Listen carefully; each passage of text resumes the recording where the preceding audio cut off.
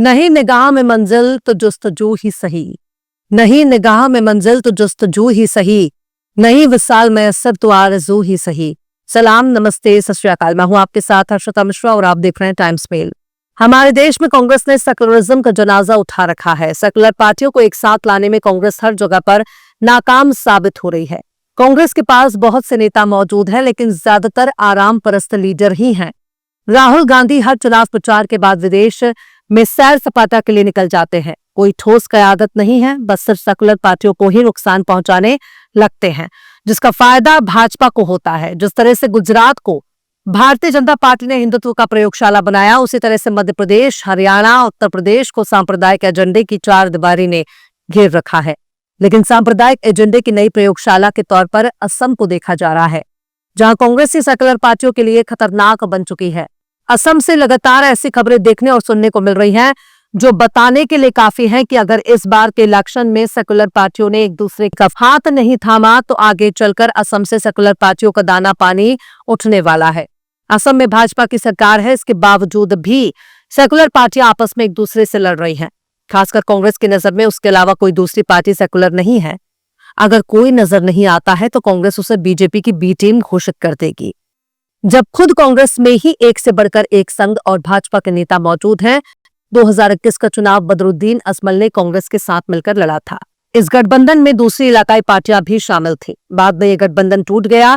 2024 के लोकसभा चुनाव में दोनों अलग अलग चुनाव लड़ने लगे, जिसका नुकसान दोनों को हुआ। बदरुद्दीन अजमल असम के बड़े नेताओं में शुमार हैं, पर कांग्रेस किसी भी हाल में उनके साथ गठबंधन करने के लिए तैयार नहीं हो रही है। ऐसे में बदरुद्दीन अजमल की पार्टी ने मजलिस इत्तेहादुल मुस्लिमीन के साथ गठबंधन करने की ख्वाहिश जाहिर की है।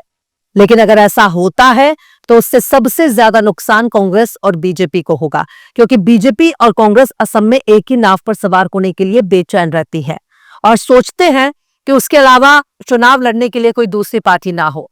कांग्रेस ने भी अपना अलायंस बनाया है, लेकिन अगर ओवैसी की पार्टी ने असम में कदम रखा तो उससे कांग्रेस और दूसरी सेकुलर पार्टियों को नुकसान होगा। इसलिए बहुत ही सोच समझकर बदरुद्दीन अजमल की पार्टी ने असदुद्दीन ओवैसी को खुला ऑफर दिया है।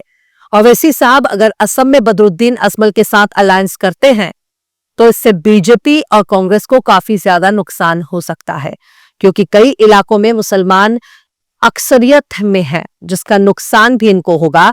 पर ओवैसी साहब क्या चाहते हैं, यह भी एक बहुत बड़ा सवाल है। आखिर कैसे बदरुद्दीन अजमल ने मजलिस को दिया खुला ऑफर? आखिर कैसे असम में सेकुलर पार्टियों का एक साथ मिलकर चुनाव लड़ना हो चुका है लाजिम? आखिर कैसे कांग्रेस ही बीजेपी की बनती जा रही है बी टीम? बताएंगे आपको और भी बहुत कुछ। लेकिन आप अगर हमारे चैनल पर नए हैं और पहली बार हमारी वीडियो को देख रहे हैं तो आप हमारे चैनल टाइम्स मेल को सब्सक्राइब कर लें, वीडियो को लाइक कर दें और बेल आइकन का नोटिफिकेशन बटन भी प्रेस कर दें, ताकि बिना देरी हमारी हर खबर आपको मिलती रहे। लौटते हैं आप खबर की तरफ। बिहार चुनाव में जिस तरीके से सेकुलर वोटों का बंटवारा हुआ और जिस तरह से करारी हार मिली, वो बताने के लिए काफी है कि अभी भी अगर सेकुलर पार्टियों ने एक साथ मिलकर चुनाव लड़ने पर जोर ना दिया तो आगे चलकर उन्हें हर स्टेट में नाकामी ही हासिल होगी। कांग्रेस सोच रही है कि वो पहले के जैसे ही हर इलाके में एक सियासी पार्टी बन जाए, पर वो ये भूल जाती है कि इलाकाई पार्टियों को नजरअंदाज करना भी बीजेपी को फायदा पहुंचाने के जैसा है।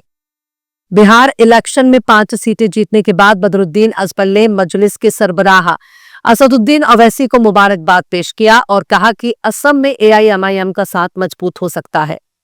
एआईयूडीएफ की पार्टी मीटिंग में बदरुद्दीन अजमल ने कहा कि मजलिस से बात चल रही है, अगर ओवैसी असम के चुनाव में दिलचस्पी दिखाना चाहते हैं तो उनकी पार्टी गठबंधन के लिए तैयार है। एआईयूडीएफ अकेले 35 सीटों पर लड़ेगी और कांग्रेस से बेहतर रिजल्ट लाएगी। केरल की यूडीएफ से भी समझौते की बात हो रही है। वहीं दूसरी तरफ मजलिस ने असम में चुनाव लड़ने से ही इनकार कर दिया, यानी मजलिस ने असम में चुनाव लड़ने से इनकार कर दिया है और ना बदरुद्दीन अजमल या किसी दूसरी पार्टी के साथ अलायंस का इरादा रखती है। हालांकि गौर से देखा जाए तो मजलिस के सरबराह असदुद्दीन ओवैसी ने 2021 के चुनाव में कहा था कि असम में एआईयूडीएफ है, यानी बदरुद्दीन अजमल की पार्टी मौजूद है, इसलिए असम में मजलिस चुनाव नहीं लड़ेगी, क्योंकि इससे मुस्लिम वोट आपस में बढ़ जाएंगे। लेकिन 2025 में बिहार की कामयाबी के बाद बदरुद्दीन अजमल की पार्टी ने खुद आगे बढ़कर ओवैसी साहब से गठबंधन की पेशकश की है, पर ओवैसी साहब को असम में कोई दिलचस्पी नहीं है। लेकिन ओवैसी साहब के जैसा ही ऑफर कांग्रेस को भी दिया गया है। कांग्रेस ने एआईयूडीएफ को सांप्रदायिक बताकर खुद को अलग रखा है और नई 8 पार्टियों के साथ एक मोर्चा बना रही है। असम में all India United democratic front यानी एआईयूडीएफ के सदर मौलाना बदरुद्दीन अजमल ने कांग्रेस के गठबंधन करने के लिए ऑफर दिया है। उन्होंने कांग्रेस को बिहार की शर्मनाक हार से सबक लेने के लिए कहा है और यह भी कहा है कि अगले साल होने वाले विधानसभा चुनाव के लिए असम में महागठबंधन की तर्ज पर ही एक अलायंस बनाया जाना चाहिए। अजमल ने साफ तौर पर कहा कि बिहार से सीखो, असम के विपक्ष को एकजुट करो। बिहार चुनाव के नतीजों पर बोलते हुए अजमल ने कहा कि बिहार में महागठबंधन में कुछ भी गलत नहीं था, कांग्रेस की स्ट्रैटेजी ही खामियों से भरी थी। बदरुद्दीन अजमल ने आगे ये भी कहा कि अगर विपक्ष आपस में खुद को बचाना चाहता है तो उन्हें अपने आपस के इख्तिलाफात को सुलझाकर एक साथ आना होगा।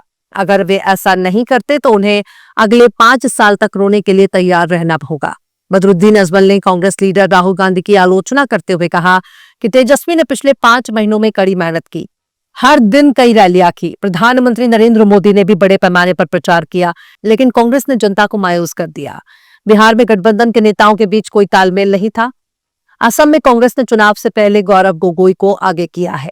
असम में पिछले 2 चुनाव में बीजेपी जीत रही है। बीजेपी अगले साल होने वाले चुनाव के लिए भी कमर कस चुकी है और अभी से तैयारी कर रही है। 2021 के चुनाव में बदरुद्दीन अजमल की पार्टी और कांग्रेस के गठबंधन में बदरुद्दीन अजमल की पार्टी ने 16 सीटें हासिल की थी, जबकि कांग्रेस ने 29 सीटें हासिल की थी। असम में विपक्ष के अलायंस ने कुल मिलाकर 50 से ज्यादा सीटें जीती थी।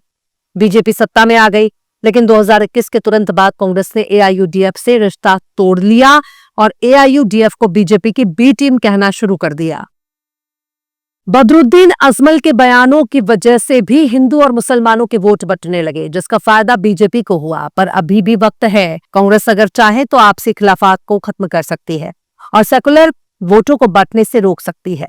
बदरुद्दीन अजमल की पार्टी असम में एक बड़ा किरदार अदा कर सकती है, लेकिन राहुल गांधी अगर अपनी बचकानी हरकतों से बाज नहीं आते, इससे कांग्रेस का वजूद ही खतरे में आ जाएगा।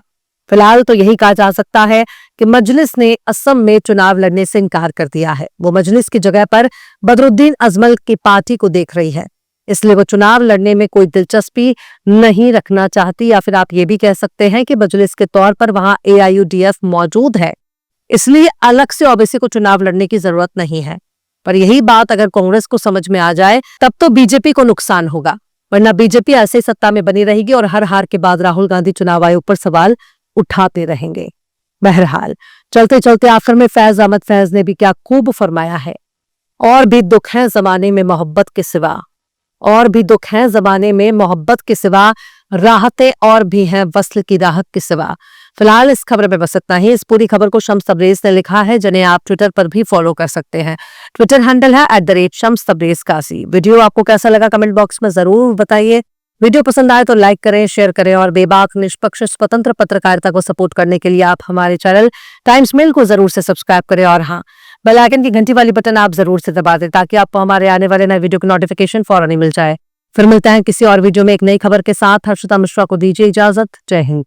अगर अभी तक आपने हमारे चैनल टाइम्स मेल को सब्सक्राइब नहीं किया है तो जल्दी से सब्सक्राइब कर दें और बेल आइकन भी प्रेस कर दें।